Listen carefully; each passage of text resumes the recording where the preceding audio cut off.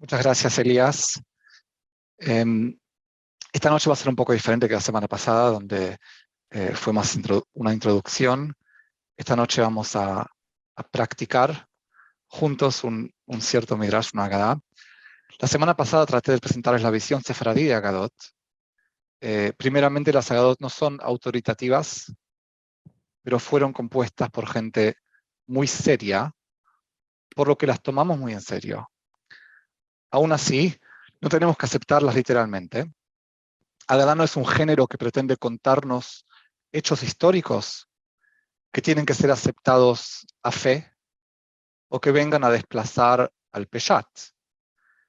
Agadá es más bien un género donde las metáforas y formas de expresión abundan, por lo que es apropiado percibir a esta realidad, el Olam Hazé, como una realidad que tiene límites, perdón, límites que la indagación científica nos permite apreciar y por lo tanto utilizar estos límites como uno de los parámetros que nos guían a abordar ciertas Agadot no literalmente.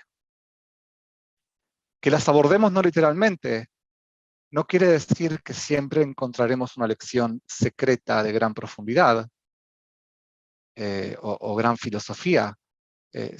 Al contrario, vimos la semana pasada que la mayoría de las Agadot, según nos contó Rabbi Abraham ben Rambam, son artísticas, son poéticas, deben verse como expresiones artísticas donde los Jamim ejercieron su creatividad en conectar ciertos pesukim, ciertas palabras de una forma muy perspicaz y out of the box, fuera de la caja, resultando en cierta armonía que desde el punto de vista cultural hebreo, no occidental, no de las artes visuales, es estéticamente una belleza.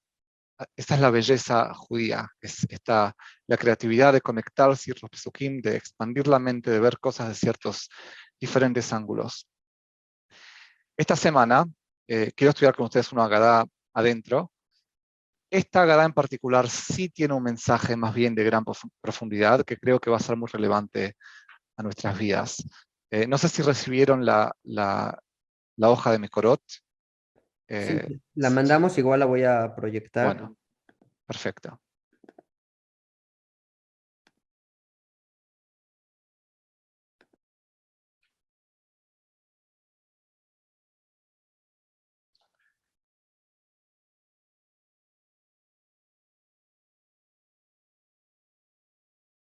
Bueno, la Agadá es en Bereshit Rabbah, que es una colección de Midrashim del tiempo de los Emoraim sobre el libro de Bereshit. Es la colección más antigua que tenemos de Midrashim, muy importante, y es el primer Midrash de esa colección. El autor es Rabbi Oshaya, dos palabritas sobre Rabbi Oshaya. Rabbi Oshaya fue uno de los miembros del Bet Din de Rabbi Yehuda Hanassi, Rabbenu Hakadosh, y él fue parte de los que hicieron, de los que compusieron la Mishnah. Una persona muy importante, obviamente. Los Midrashim de Bereshit Rabbah, en su mayoría, tienen como estructura. Entonces, una palabra antes de eso. El Midrash que tenemos nosotros en la colección, como ser la colección de Bereshit Rabbah, habría sido una derashá que el Hajam daba en el tiempo de los Emoraim en el Bet Midrash, pero no para los Talmidei Jajamim, sino para todo el mundo. La palabra lidrosh en el hebreo de los Emoraim y de los Tanaim quiere decir explícitamente abrir una exposición al público general. Eso es lidrosh. Por ejemplo, la Mishnah nos dice en Masechet Hagigah, en Doreshin de Maaseh Merkabah. No está permitido enseñar públicamente Maaseh Merkabah. Esa es la palabra lidrosh. Entonces, tenemos otra halajá también, por ejemplo, en Shabbat, está prohibido estudiar los Ketuvim, o sea, parte del Tanaj, en la hora en la cual, o durante el tiempo en el cual, el Hajam está dando su derashá en el Bet Knesset. Es una halajá muy antigua del tiempo en el cual la gente iba a escuchar esa derashá, y el Bereshit Rabbah es una colección de esas derashot. La estructura de esas derashot eran, el Jajam comenzaba con un pasuk que parece no tener nada que ver con el pasuk de la Torá, de la Perashá, normalmente de Ketubim. Por ejemplo, lo que estamos por estudiar ahora es de Mishle, y dando ciertas explicaciones, acaba conectando aquel pasuk con un pasuk de nuestra Perashá. Por ejemplo, hay un pasuk que dice que hay cierta persona que es mala, cierta persona que es buena, y sin embargo acaban terminando en el mismo lugar. Un pasuk de Kohelet que dice así. Entonces el Darshan podría tomar ese pasuk y tratar de encontrar ejemplos en nuestra perashá de gente buena y gente mala que terminaron igual. Ese es el arte de la derashá, de conectar cosas que están desconectadas y amarrarlo de una forma muy prolija, muy bella. Ese es el arte de la derashá. En nuestra derashá empezaremos con Mishle. Y por eso, antes de empezar la derashá en sí, quisiera que empecemos con Mishle Perek Het, abajo, uno de los perakim, a mi parecer, más bonitos del Tanaj entero, donde en Mishle, si no han estudiado Mishle, se los recomiendo muchísimo, es un libro fabuloso, fantástico. Y uno de los protagonistas del libro de Mishle es nada más ni nada menos que la Jochma, la sabiduría en sí, que llega a ser, al final del libro, también representada por Eshet Hail, lo que decimos todos los viernes de noche. Eshet Hail Mimsa es la sabiduría, es la Jochma. Bueno, entonces el padre se supone le dice al hijo así: Halo Jochma tikra utvuna titten kolaha. Fíjate, le dice, la Jochma está ahí afuera llamando, la Tebuná, el entender, está gritando en alta voz, y voy a pasar directamente a Pasuk Kafbet, solamente para tener el contexto. Y parte de lo que dice la Jochma sobre ella misma es Adonai Kanani Reshit Darko Kedem Bif'alav Meaz. Dios Kanani en hebreo moderno se traduciría me compró, me adquirió. En el hebreo bíblico, liknot quiere decir tanto adquirir como tener posesión sobre algo, haya sido adquirido o no. Y también quiere decir crear. Por ejemplo, el primer bebé humano nacido en la Torá se llamó Caín. ¿Por qué fue llamado Caín? Porque Javá dijo, Kaniti ish et Adonai. He creado un ser humano junto con Dios. Liknot es crear. En este pasuk también, Adonai Kanani Reshit Darko, Dios me creó en el comienzo de su jornada, de su derech, de su camino. Kedem, al principio, mif'alav, todos sus hechos, me'az, desde entonces. O sea, la Jochma nos dice, sepan ustedes que yo existo, yo fui creada antes o al principio de todo lo que hizo Dios.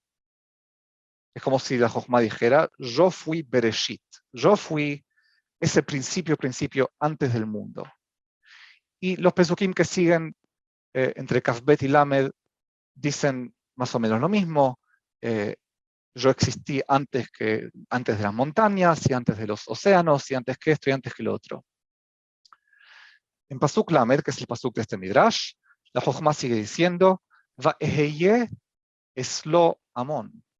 Y en ese entonces, yo fui frente a Dios, o junto a Dios, o en la presencia de Dios, Amón.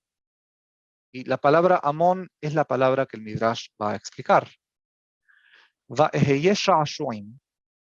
He sido también, sha'ashuim quiere decir literalmente juegos. He sido un juego.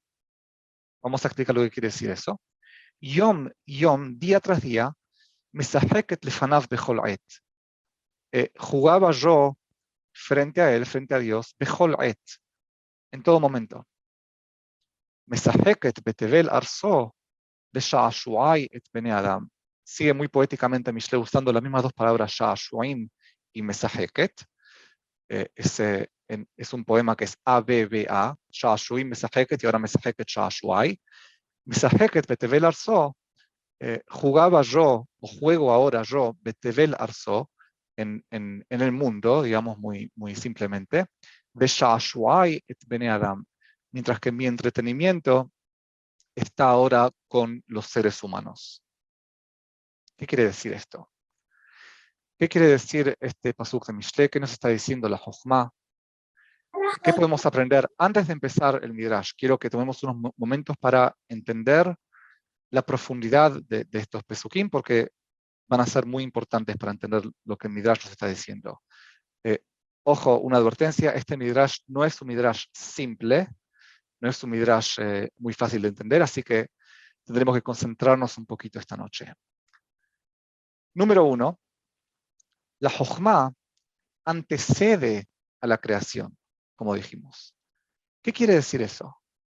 Eso quiere decir que el universo refleja el esplendor, esa belleza de aquella Jochma primordial. O sea, está la Jochma, luego el universo.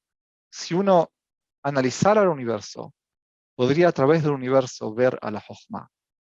Al mismo tiempo, también nos cuenta este pasuk que la Jochma misma fue creada. No es que existía Dios junto con la Jochma, y Dios siempre tuvo Jochma, y Dios era Jajam, y Dios usó esa Jochma que ya existía junto con él para crear el mundo. No, la Jochma fue creada también, así como el mundo fue creado. Fue creada antes del mundo, pero también fue creada. No tendría que haber sido así. La Jochma es lo que es, porque así lo decidió Hashem. Hashem la inventó a la Jochma. Al preexistir al mundo, otra cosa que podemos entender es que la Jochma en sí nunca puede ser deducida desde adentro del mundo. O sea, si existiera la verdad platónica, digamos que existiera, digamos que los griegos tienen razón y existe una verdad absoluta, por ejemplo, no sé si tuvieron la fortuna o no fortuna de haber leído un poco de filosofía griega, cuando discuten, por ejemplo, qué es un caballo, empiezan a definir cómo son los caballos, y esto sí es un caballo, esto no, para encontrar al caballo platónico. Si existiera la verdad platónica, lo que podemos saber de este pasuk es que, de la perspectiva de Mishle, esa verdad es inalcanzable para aquellos que no son Dios. O sea, de muy poca relevancia para nosotros, seres humanos. Otra cosa más que podemos entender de acá es que si la Jochma preexiste el mundo, quiere decir que el mundo fue creado con cierta finalidad de servir como el lenguaje en el cual la Jochma se comunica. El mundo no está para el mundo en sí, sino que el mundo, y vamos a hablar de mucho más de esto en lo que sigue de la clase, el mundo sería como el lenguaje que Dios utiliza para comunicarse, para comunicar la Jochma a nosotros. ¿Qué podemos aprender de Sha'ashuim y Mesaheket? ¿Qué quiere decir que la Jochma se diga sobre ella misma que es un juego, que es entretenimiento? El jugar en el Tanaj, Lesahek, connota, tiene una connotación, una relación que no es causal, que no es necesaria. Cuando el Tanaj nos dice que Dios juega, está diciéndonos que Dios decidió hacer algo sin nada que le causara tomar aquella decisión, sino simplemente que así lo quiso él, para expresarse La hamburguesa. de la forma que él quiso. Otro ejemplo de eso, Liviatán Zeya Sarta le Sahekpo, decimos en Parejí Nafshi, que es el mismor que se lee las noches de Rosh Hodesh. Liviatán Zeya Sarta le Sahekpo. Dios, tú creaste el Liviatán, que habría sido el monstruo marino. No sabemos qué monstruo marino estarían refiriéndose en el tiempo de este mismor. Pero sea lo que sea, hay ciertas criaturas que no le podemos ver ninguna finalidad, ningún uso utilitario, ninguna utilidad, por lo que el Meshorer de ese mismor está diciendo: yo, de mi punto de vista, el Leviatán que creaste es para entretenerte. Es como que hubieras agarrado un pincel y pintura y hubieras pintado una obra de arte para hacer arte, no para usarlo. No le veo ningún uso al Leviatán, por eso lo llamo Lesahekpo. Al ser también Sha'ashuim, otra cosa que podemos deducir es que el verso nos enseña que no hay ningún vínculo o nexo entre Hashem y cualquier otra cosa. Está totalmente desvinculado, desconectado, así como cuando yo juego con algo no me afecta, ni yo afecto al juego. Yo puedo afectar al juego, el juego no puede afectarme a mí. Finalmente, de estos pesukim también lo que vemos es Yom Yom, Bechol Et, día tras día, en todo momento, que nos muestra que la Jochma es dinámica, Yom Yom, día tras día, a diferencia de la verdad platónica griega, que está estática, y los filósofos tratan de alcanzarla y descubrirla, esa verdad que está helada en el tiempo, siempre sigue siendo la misma, y los filósofos tienen como su fin descubrirla. La Jochma es diferente, la Jochma se desarrolla a través del tiempo y no tiene fin, es Bechol Et. Es algo que se desarrolla, le va llegando a uno secuencialmente, paso tras paso, día tras día y eternamente. No es que si uno descubriera la Jochma, podemos cerrar el negocio e irnos a dormir. No existe eso. Eso es algo eterno, Bechol Et. Bueno, con esta introducción de Mishle, habiendo entendido Mishle, empecemos ahora el Midrash. El Midrash viene a comentar el pasuk Bereshit bara Elohim. Rabbi Oshaya patah.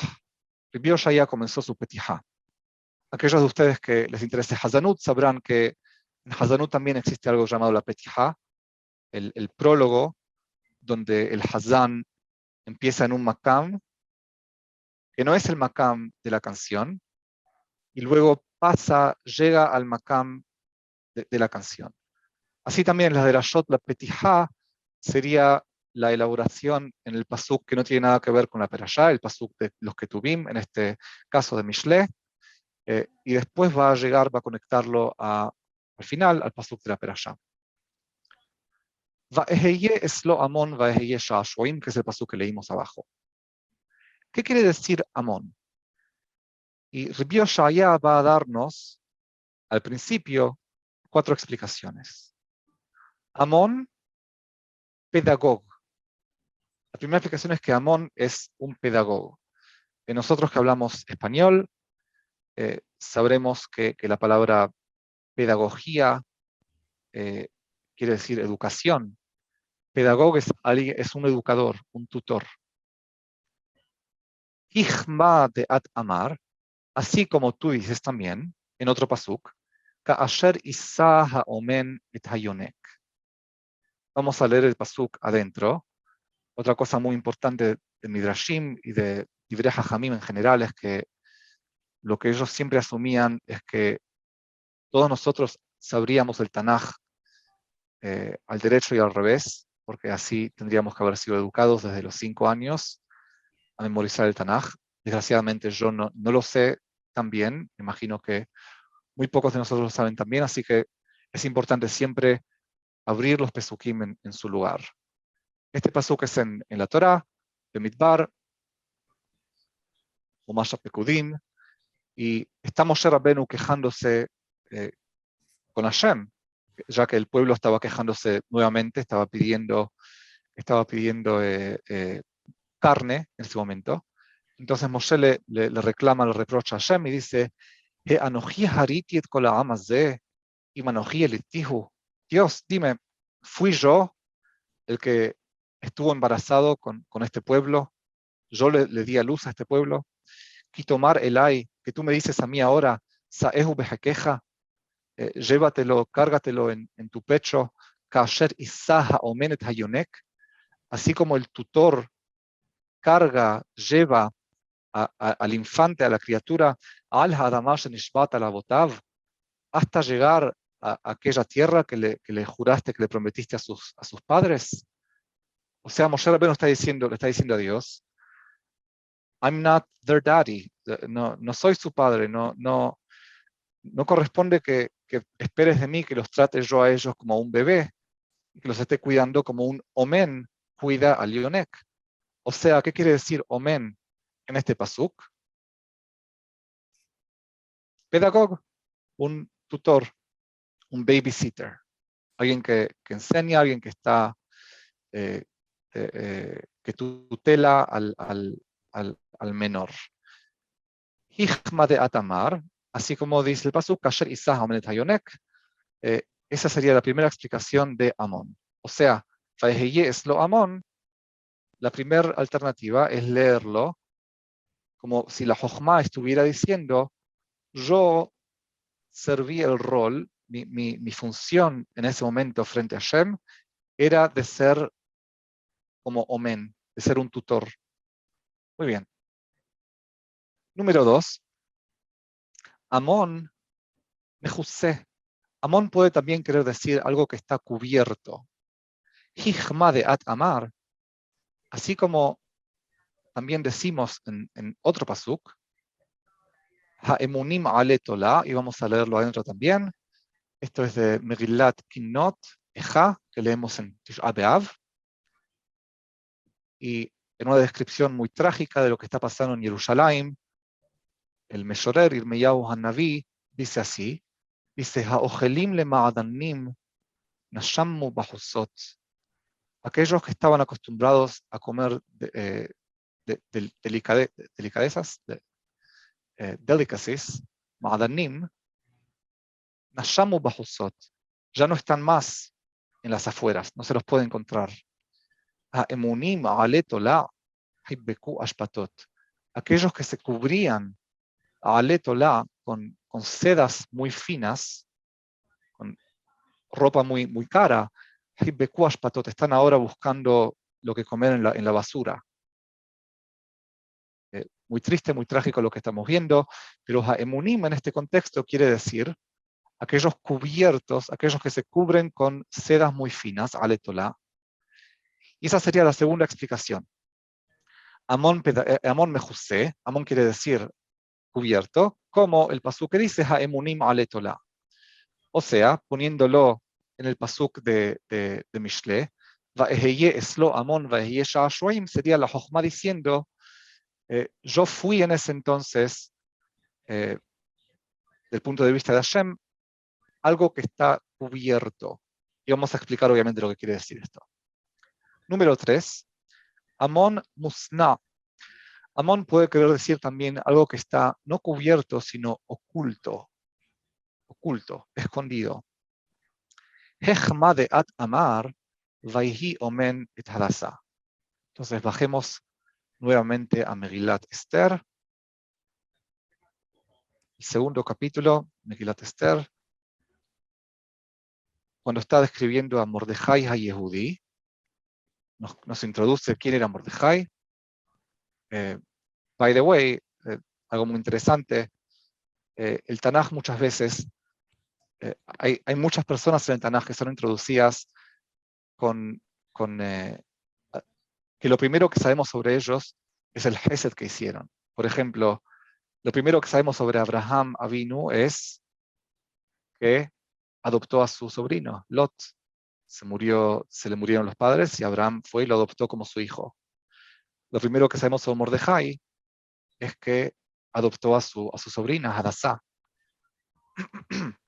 Volviendo al pasuk, nos dice sobre Mordejai, Vaihi omen et Hadassah, hi Esther bat todo, hi en lah avvaem, והנערה יפת תואר וטובת מראה, ובמות אביה ואימها, לקחها מרדכי לא לבת.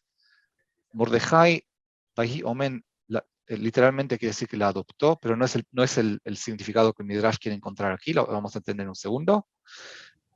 A Hadassah, siendo ella Esther, la hija de su tío, o de su familiar, quien la Avaem, que no tenía ni padre ni madre, y la muchacha era muy, muy bella, muy bonita,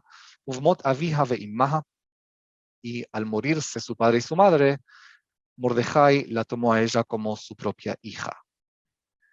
Ahora, este Midrash quiere que leamos la palabra omen no como, no de adopción, sino de esconder.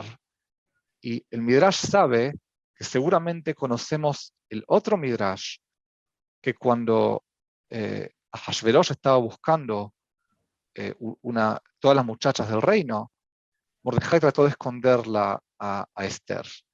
Entonces, ese es el significado que tenemos que entender acá.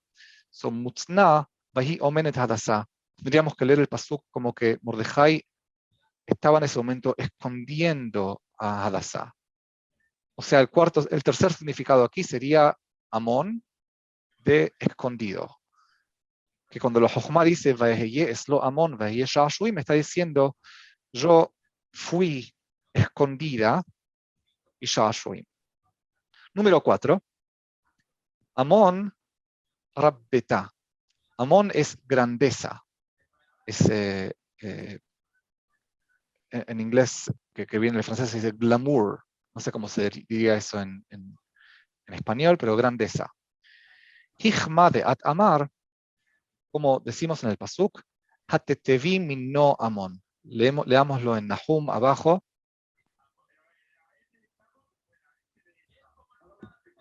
Nahum es un libro muy cortito de Tere Azar. Es una profecía que Nahum se dirige hacia Nínive, la ciudad de Nínive, en Ashur, y cuenta cómo Nínive va a ser destruida. Y parte de lo que le dicen, entonces por eso traje el primer perek, el primer pasuk, Masá Nínive, Sefer Hazon Nahum el Koshi. Esta es la nebuá sobre Nínive, y es el libro de la visión de Nahum de El Kosh. Y Nahum en el tercer capítulo le dice así a Nínive, le dice, Hatetevi mi no Amón, ¿tú te crees mejor que no Amón? Hayosheva Bayorim, que está asentada entre los ríos, Maim Savivla, que tiene todo agua alrededor de ella, Asher Hel Yam Miyam Homatah, y que tiene de otro lado como una de sus murallas al océano mismo. O sea, le está diciendo a Nínive, mira, fíjate lo que le pasó a Noamón. En un momento les explico qué es Noamón y dónde es. Y si le pasó a Noamón, ¿tú crees que tú te vas a salvar? Eso es lo que está diciendo Nahum a Nínive. ¿Qué es Noamón? Noamón, como podrán adivinar, es una ciudad en Egipto, el Egipto antiguo. Amón era uno de los dioses principales en Egipto. Alrededor del tiempo en el cual Am Israel estaba en Misraim, hubo una cierta asociación entre Amón y Ra. Ra era el dios del sol, Amón era el dios de la creación en Egipto, y los juntaron y los empezaron a llamar Amón-Ra. No quiere decir ciudad. No Amón quiere decir la ciudad de Amón, que querría decir la capital federal de Egipto, que por la descripción que tenemos aquí, Hayosheva Bayeorim, que está entre los ríos, que está al lado del océano o al lado del agua. La mayoría de la gente cree que se refiere a Tebas, Thebes, que fue la capital de Egipto por mucho tiempo. Ahora, ¿cómo nos ayuda esto a entender el Midrash? Volvamos. Amón Rabbetá. Queremos entender Amón como grandeza. Así como uno dice, Hatetevim y no Amón, tú eres mejor que no Amón, y queremos entender ahora que Amón es grandeza. Ahora, ¿cómo llegamos ahí? No nos alcanza el pasuk de Nahum, tenemos que traer también el Targum del pasuk, que no es el Peshat, pero el Targum dice así, un Targeminan, y nuestro Targum dice, Ha'at tava me Alexandria Rabbetá, Diatva Benin Haruta. El Targum fue compuesto mucho más tarde que Nahum, que el libro de Nahum, y aunque el libro de Nahum realmente lo que le quería decir a Nínive es, si Egipto fue destruida, fíjate la capital de Egipto, la capital federal, no Amón, ellos fueron destruidos, ¿tú te crees que tú te vas a salvar? Y es eso lo que pasó. Babel fue quien conquistó, quien destruyó a Egipto. Nosotros en el tiempo del primer Betamikdash estábamos aliados con Egipto y Babel los destruyó y no vinieron a ayudarnos a nosotros, obviamente. Pero le está diciendo a Nínive, tú, Ashur, ¿crees que te vas a salvar de Babel si Egipto no se salvó? Ahora, el Targum, que fue escrito mucho más tarde, cuando la ciudad de Alexandria ya existía, y esa era la gran ciudad de Egipto, lo tradujo anacronísticamente a Alexandria Rabbetá, Alexandria, la ciudad de grandeza, no Amón. O sea, la palabra Amón está paralela a la palabra Rabbetá de grandeza. O sea, que Va'eheye Eslo Amón, según Rabbi Oshaya, la cuarta explicación es que la Jochma está diciendo, yo he sido grandeza frente a Hashem. Muy bien, ¿qué nos está diciendo el Midrash? ¿Qué nos querrá decir?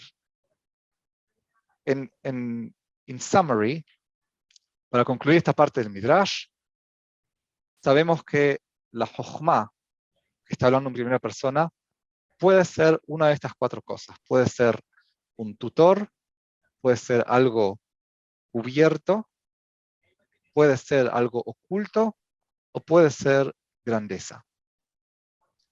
Y al final vamos a explicar lo que quiere decir todo esto. Davar Aher. ¿Puede repetir otra vez las cuatro traducciones? Sí, las vamos a repetir varias veces, pero pedagog mejusé mutzna rabbetá, pedagog es tutor, mejusé es cubierto, mutzna es oculto y rabbetá es grandeza.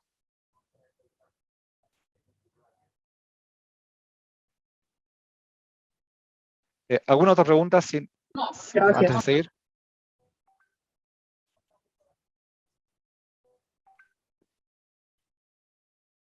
Bueno, la segunda parte del Midrash.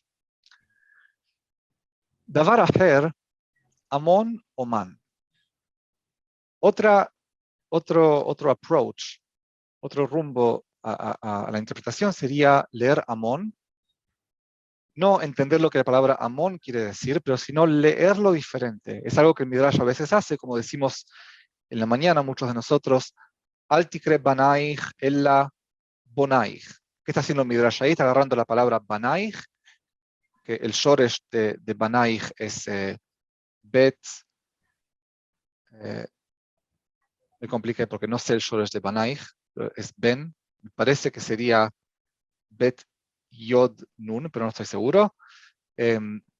Y convertirlo a bonaich, que el shoresh es bet nun he. Es otra palabra completamente, pero suenan parecido. Y aquí también, leamos, dice el Midrash, Amón como Oman. ¿Qué pasa si leemos Amón como Oman? Oman, sabemos lo que quiere decir. Oman quiere decir un artesano. Y ahora el Midrash explica. HaTorah omeret, la Torah, que sería la Jochma, nos estaría diciendo, Ani hayiti keli omanuto shel hakadosh baruch hu. Antes que Dios creara el mundo, me creó a mí como su herramienta artesanal, como la herramienta, el instrumento que usaría para crear el mundo. Benohak Sheba'olam, normalmente, Melech Basar Vadam pone pelatín. Cuando un rey humano construye un palacio, pelatín, palacio es etimológicamente muy parecido, como se darán cuenta. Ve'eno bone otaha midat asmo, ella midat oman. El rey no va a ponerse a inventarse el palacio él mismo, sino que va a contratar un artesano, un arquitecto, un ingeniero, un diseñador que lo asesore a cómo construirlo. Veja oman, eno bone otah midato, ella difteraot ufinkasot yeshlo, lieda heahu ose hadarim upishpeshim.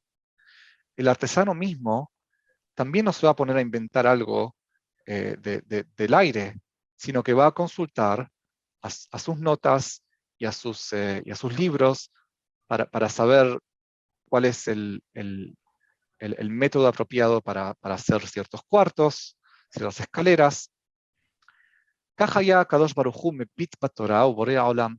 Así también, obviamente figurativamente, Hakadosh Baruj Hu se fijaría en la Torá para crear al mundo. Así como dice la Gemara en otro lado, Histakel beoraita ubara alma. La Torá omeret, y la Torá misma nos dice algo parecido. Bereshit bara Elohim. Todo fue creado. Bereshit puede entenderse de varias formas. El Midrash, muy creativamente, lee Bereshit, la bet de Bereshit, la traduce como a través de, con la ayuda de Reshit, Dios creó al cielo y a la tierra. Bereshit, usando a Reshit. En Reshit, en la Torah, y Reshit sabemos identificarla como la Torah, Hikma de At Amar, como dice el Pasuk, el Mishle, Adonai Kanani Reshit Tarko, que Dios me creó en Reshit, en el principio de su rumbo. Muy interesante. Esta segunda parte del Midrash está diciendo otra cosa. Lo primero que nos dice, está identificando la Jochma como Torah. La Jochma es la Torah, muy explícitamente. Número dos, está usando, la técnica que está usando es de leer mal la palabra Oman como Amón. Y lo más interesante para mí es que de una forma un poco circular, el Midrash usa a Mishle para explicar el pasuk de Bereshit que explica el pasuk de Mishle. ¿Me explico? Si empezamos del principio, estamos tratando de descubrir el significado de la palabra Amón. Entonces, el Midrash dice, bueno, empecemos por leerlo como Oman en vez de Amón, que quiere decir un artesano. Después nos cuenta que la Torá usó a la Torá, así como un rey usa a un artesano para construir su palacio, Hashem usó a la Torá para construir el mundo. Y la Torá misma nos dice eso al decir Bereshit para Elohim. ¿Y cómo sabemos qué es lo que es Reshit? Porque ese pasuk de Mishle nos dice Adonai Kanani Reshit Tarko. Bueno, ese es el Midrash. Un Midrash corto, pero bastante denso. De la segunda parte, déjenme dejarlos con lo siguiente. La Jochma es un artesano, es un Oman. El instrumento que Dios usó para componer esta realidad es la Torá. Y interesantemente, al haber cumplido el papel de ser instrumento, la Torá se hace el artesano. O sea, si se fijan, hay una tensión, una contradicción un poquito pequeña aquí en el Midrash. Por un lado nos dice que la Torá es Keli Umanuto, es la herramienta, el instrumento que Hashem usó. Y por otro lado, en el ejemplo que nos cuenta el Midrash para explicarlo, nos habla de un artesano, no del instrumento. Como si el Midrash nos quisiera decir que la Torá, después de haber sido usada como herramienta, fue el artesano en sí. ¿Qué querrá decir esto? Bueno, preguntas antes que dé la conclusión y la explicación del Midrash. Déjenme preguntarles a ustedes, ¿el Midrash está claro? ¿Alguien tiene alguna teoría sobre qué nos querrá decir este Midrash? Tenemos todas las pistas. Hay que ahora construir el puzzle, el rompecabezas. Yo nada más me quedó duda. Acá estamos explicando solamente según la segunda parte del Midrash, o sea, que es humano. La primera parte de las 4 palabras no hemos explicado Es una bien quinta qué explicación, quería con humano. eso. Sí. Es una quinta explicación. Las primeras 4 palabras explican la palabra Amón. Te dan 4 explicaciones para lo que querrá decir. Ya. Como segunda alternativa dice, y si quieres, ni siquiera lo lees como Amón, sino léelo como Omán, que quiere decir otra cosa. Un artesano. Muy bien. O sea, yo un poquito Correcto. entendí que, no sé a qué se refiere, pero entiendo que el objeto se convierte en el sujeto. Ujú. O sea, que la Torah, no sé si la Torah, sino que el objeto, Oman, se convierte en sujeto, que viene siendo la Torah. Exactamente, sí. Ese es uno de los mensajes. Muy bien. Bueno, déjenme tratar ¿Pero por de qué? juntar. O sea, ¿qué es? Ahora ¿Por estoy qué? yendo ahí. ¿Por qué el objeto se hace sujeto? Es algo dinámico, pero déjenme explicar todo desde el principio. Voy a cambiar de tema por un segundo y les voy a preguntar lo siguiente. Tomen a una de las personas más sabias que tenemos en nuestra historia, digamos, David HaMelech, el rey David, el autor de Tehilim, por un lado, y tómenme a mí por otro lado, como ejemplo, tómenme a mí. David HaMelech dijo en Tehilim, compuso muchos pesukim que nos darían a entender que él vio al sol girando alrededor del mundo y no el mundo alrededor del sol. Yo desde pequeño sé muy fácilmente que es al revés, que el sol está en el centro del sistema solar y el planeta Tierra gira en torno del sol. ¿Quién sabe más? ¿David HaMelech o yo? ¿Qué les parece? En este caso, porque tiene otra información que no tenía David Amelech en ese entonces. O podría estar hablando figurativamente. Empíricamente sabe más David HaMelech porque él observó cómo funciona desde su perspectiva. Muy bien, exactamente. A ese punto estoy yendo ahora. Para responder esa pregunta, tenemos que decidir si somos griegos, occidentales, o si somos hebreos. Si somos griegos, si somos occidentales, información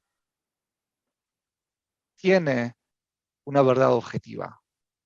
La información puede ser verdadera o falsa, y la información es lo único que importa. El filósofo es un gran sabio y sabe mucho y hay que respetarlo porque posee información certera, información que es verdadera desde el punto de vista platónico. Desde el punto de vista judío, la información es secundaria. Me importa mucho menos la conclusión que la forma en la cual uno llegó a esa conclusión. Si yo, Yaakov Bitton, sé, y lo pongo entre comillas, que la Tierra gira alrededor del Sol, porque así me lo contó mi maestro, yo sé mucho menos que David HaMelech, en su tiempo, que se puso a observar y hacer cálculos y usó todas las herramientas que él tenía al alcance en ese entonces y llegó a la conclusión que secundariamente hoy sabemos, hoy se contradice, que el Sol va alrededor de la Tierra. Si David Amelech hubiera creído que la Tierra va alrededor del Sol, estaría equivocado. Porque la conclusión no hubiera resultado de un método correcto. Esto se llama, la palabra asusta un poco, pero se llama epistemología. Es la forma en la cual sabemos lo que sabemos. La epistemología es mucho más interesante y mucho más relevante desde el punto de vista judío que la información, que las conclusiones. Es la diferencia, les voy a dar otro ejemplo. Aunque haya llegado a una conclusión ¿Perdón? incorrecta. Correcto e incorrecto correcto e también. incorrecto tienen que ser vistos en función del método, no de la información en sí. La información en sí, como estamos por ver en unos minutos, lo que es correcto hoy no era correcto ayer, ni será correcto mañana. Lo que más importa es cómo llegamos a lo que llegamos. Déjenme darles otro ejemplo. Dos personas, un profesor de literatura y un niño de 8 años. El profesor de literatura ya casi que no ve, tiene que usar anteojos y en cierto momento se olvida en su casa. Y el niño de 8 años ve perfectamente, muy nítidamente puede percibir los puntitos pequeños de la impresora, los píxeles, los puede ver. Y los dos tienen frente a ellos el mismo texto, una poesía de Shakespeare. ¿Quién lee mejor? ¿El profesor de literatura o el niño de 8 años? Esa es la diferencia entre qué es lo que estamos haciendo. Cuando yo me fijo, cuando yo quiero saber si la Tierra está alrededor del Sol o el Sol alrededor de la Tierra. Si el mundo, si la realidad es un lenguaje, es algo que tengo que leer, esos detalles serían como la nitidez de la tinta en el papel de lo que está escrito. A ver, entonces uno lo puedo entender así, a ver si sí entendí bien o no. Uno, el occidentalismo, la cultura griega de la cual estamos bastante influenciados, ve la realidad pragmática y el judaísmo ve una realidad poética. Yo diría ontológica, no pragmática. Ok. Y no poética, sino, vamos a usar una palabra más fácil, una realidad legible, que tiene que leerse. Los griegos ven una realidad que tiene que descubrirse. Está estática, está ahí para descubrirse, una vez que la descubro, ahí también ya está, terminé. Bueno, ahora voy a vamos a preguntar la pregunta más importante de este Midrash. ¿Qué es el peshat de la palabra Amón? Es lo Amón. Olvídense del Midrash. ¿Qué quiere decir Amón? Amón, el Shoresh Aleph Mem Nun en Ivrit, es el mismo Shoresh de otra palabra que conocemos, que es Emet. Emet es la forma femenina de la palabra Amén. Cuando uno dice una verajá y la otra persona dice Amén, ¿qué es lo que está diciendo? Verdad. Está diciendo Emet. Entonces la pregunta que tendríamos que estar haciendo al Midrash es, ¿para qué nos vuelven locos con 4, 5 interpretaciones diferentes sobre la palabra Amón, cuando la palabra Emet explica el pasuk mucho mejor? Vayeye es lo Emet. La Jochma está diciendo, Dios me creó para ser junto a Él, antes de crear el mundo, el Emet. Y es esto lo que Midrash está tratando de enseñarnos. Es exactamente quitarnos el concepto griego de qué es lo que quiere decir verdad. La palabra emet, yo no la traduciría como el español verdad, o el inglés truth, o el latino veritas. La palabra emet, si nos fijamos realmente lo que quiere decir el Shoresh Aleph Mem Nun en Ivrit, Y los ejemplos que nos trajo el Midrash nos abren la mente a pensar en esos aspectos del Shoresh Aleph Mem Nun. No quiere decir una verdad estática. ¿Quieren saber lo que quiere decir la palabra amén? Síganme en la última la última parte de este source sheet. Es una Mishnah en Masejet Okatzin, que es la última Masejet de la Mishnayot, que habla de una cosa muy, muy rara, que habla de las conexiones entre ciertas cosas, si son conectadas, si son consideradas como un solo objeto o separados. Y la Mishnah dice lo siguiente: Ha'egozim she'amanan, los egozim que alguien hizo amanan con ellos, que vamos a ver lo que quiere decir, así como las cebollas que alguien le hizo himur, esto sí es considerado hibur, serían considerados como una unidad y no unidades separadas.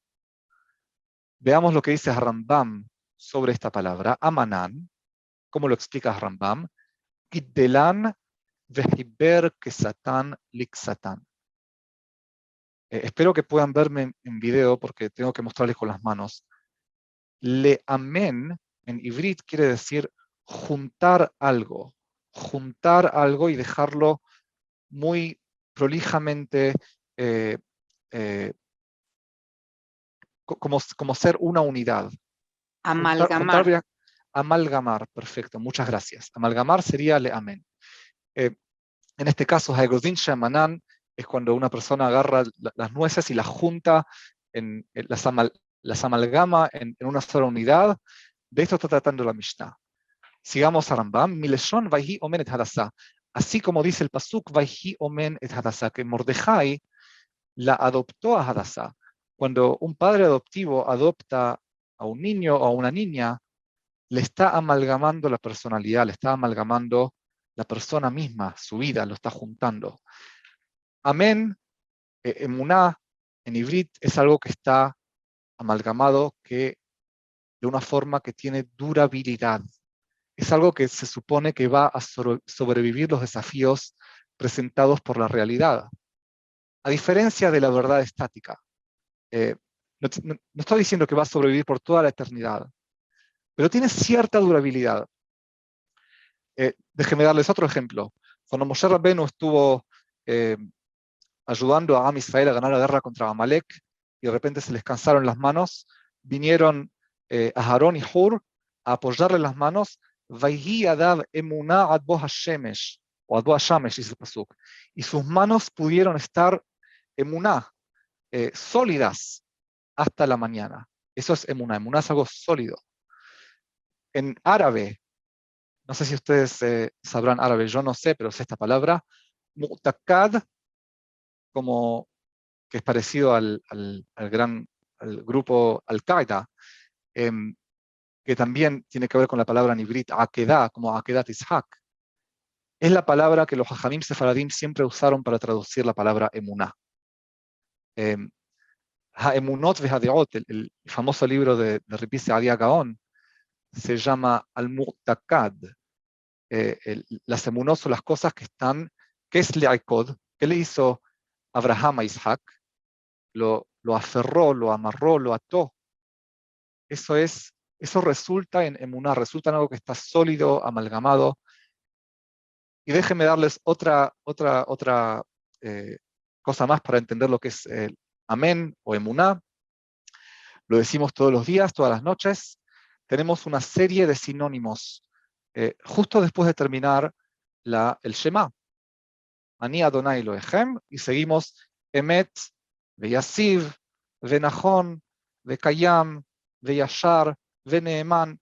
Son todos sinónimos. Es algo que está sólido, que es durable, que va a sobrevivir. O de noche, Emet, Emuná, Kayam Alenu. Es algo que permanece, tiene permanencia. Hablando de emuná no es fe. Emuná en ivrit es algo que yo decidí amarrarlo, aferrarlo en mi mente y dejarlo como algo sólido que no lo dudo, no lo cuestiono todo el tiempo. Eso es emuná. Es algo que está sólido, que yo decidí voluntariamente aferrarme a aquello. Jochma, entonces, es el adquirir el emet. No el adquirir la verdad, pero adquirir el emet. Y viene en varios pasos. Es un proceso dinámico. Al principio, lo primero que uno hace para tener el emet, para alcanzar el emet, es la jochma actúa como amón, como un pedagogo, como un maestro. Tomamos las cosas como nos la dan nuestro maestro, nuestros padres, los libros. Así es que yo sé que la Tierra va alrededor del Sol. Yo nunca he estado en el espacio, nunca lo he visto, y tampoco me he puesto a hacer las calculaciones matemáticas para saberlo. En el segundo nivel existe Mejusé, existe, si yo llevo mis estudios más allá de lo que me enseñan, más allá de lo que puedo tomar como pedagogo, llego al nivel de Mejusé, llego al nivel de descubrir cosas que estaban cubiertas. Puedo descubrir nuevas cosas. Después de descubrir nuevas cosas, llego al nivel de lo oculto. Hay cosas que no puedo descubrir, están más allá de mi alcance y van a quedar ocultas. Y conocer, llegar cara a cara con el oculto, con lo que no se puede saber, es lo que lleva a Rabbetá, a ese sentimiento de grandeza, ese sentimiento de haber visto lo desconocido, lo no conocible. Es ese el proceso de 4 pedagog, Mejusé, Mutzna y Rabbetá. Así uno llega al Emet. Ese es el proceso de Jochma. Es un proceso que David Hamelech lo llevó a cabo, y la conclusión de si la Tierra va alrededor del Sol o el Sol alrededor de la Tierra es irrelevante a este proceso. La verdad de hoy, en el sentido griego, no es la verdad de mañana. Cosas que hoy son pedagog, mañana pueden llegar a ser Mejusé, y pasado mañana pueden llegar a ser Mutzna, y al revés. O sea, algo que ayer era Mutzna para David Amelech, que él no podría haberlo sabido, hoy en día ya es pedagogo, si se dan cuenta. Pero yo nunca voy a poder llegar a Rabbetá, a ese sentimiento de grandeza, wow, si no llego a explorar los niveles del conocimiento, si no llego a llevarme al máximo que puedo llegar. Esa es la historia, esa es la aventura de la emuná. Eso es lo que el Sha'ashuim, el juego que Dios creó antes de crear el mundo, en crear este sistema, este lenguaje que nosotros llamamos realidad. Y quiero terminar con una cita de Isaac Newton, que es bastante conocida, pero creo que encapsula lo que acabamos de estudiar. Isaac Newton, como sabemos, contribuyó muchísimo a la ciencia y al conocimiento, a la Jochma. Pudo llevar muchas cosas de Mutzna a Mejusé, a Pedagog.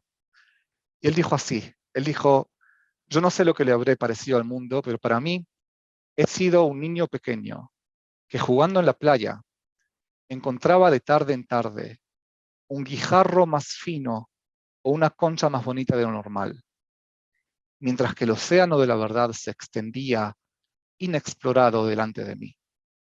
Ese fue Isaac Newton, y así debería uno sentirse cuando toma el camino de Am Israel, de Jochma, tratar de interactuar con el Emet en este sistema, a diferencia de tomar el Emet como algo estático, que hay que descubrirlo y ya despedirse de él también. Con eso abriré a preguntas y terminaremos. Yo quisiera entender cómo entra la quinta explicación del Oman. La quinta explicación no está vinculada muy directamente, pero tiene que ver con la dinámica. Tiene que ver con que la Torá, el conocimiento, la sabiduría, de la misma forma que se usó para componer la realidad, también nos ayuda a generar significado. O sea, de herramienta pasa a ser también después el artesano en sí. No es, si fuera estático, si fuera algo que bueno, descubrí que la Tierra va alrededor del Sol, ya está, ya sé la verdad, I can go and retire. Sería solamente la herramienta, no sería también el instructor más allá de eso. Pero se supone que una vez que uno conoce, se encuentra con esa herramienta tiene más para enseñar, tiene más cosas más allá de eso. Gracias.